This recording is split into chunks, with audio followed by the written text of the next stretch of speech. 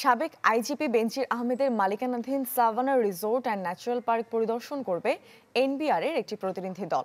এ বিষয়ে আরো বিস্তারিত জানাতে গোপালগঞ্জ থেকে আমাদের সাথে সরাসরি যুক্ত হচ্ছেন সহকর্মী বাদল সাহা। বাদল,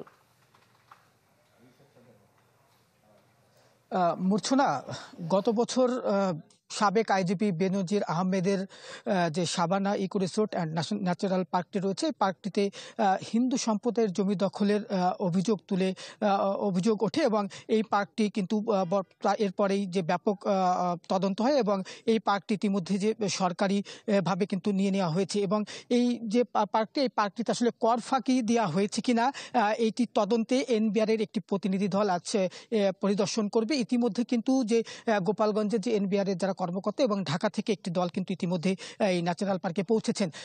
তারা কিন্তু এখন এই পার্কের গেটের সামনে তারা অবস্থান করছেন এবং কিছুক্ষণের মধ্যেই তাদের কার্যক্রম শুরু করবে।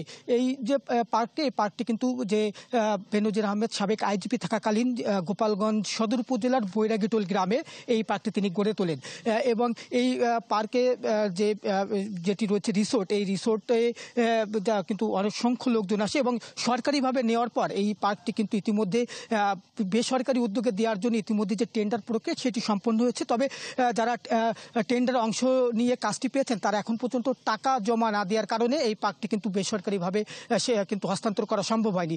আর এই জায়গার যারা হিন্দু সম্প্রদায়ের যেসব লোকজন রয়েছে তাদের কিন্তু যে অভিযোগ রয়েছে যে বেনজির আহমেদ জোর করে এবং ভয় দেখিয়ে এইসব জমি দখল করে তারা সেই পার্কটি গড়ে তুলেছেন।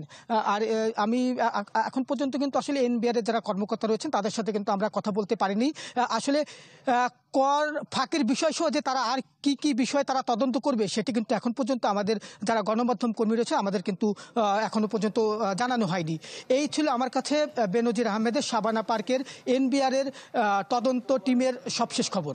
বাদল, আপনাকে ধন্যবাদ। দর্শক, গোপালগঞ্জ থেকে আমাদের সাথে সরাসরি যুক্ত হয়েছিলেন সহকর্মী বাদল সাহা। ঢালাইয়ের সেরা প্রিমিয়ার সিমেন্ট।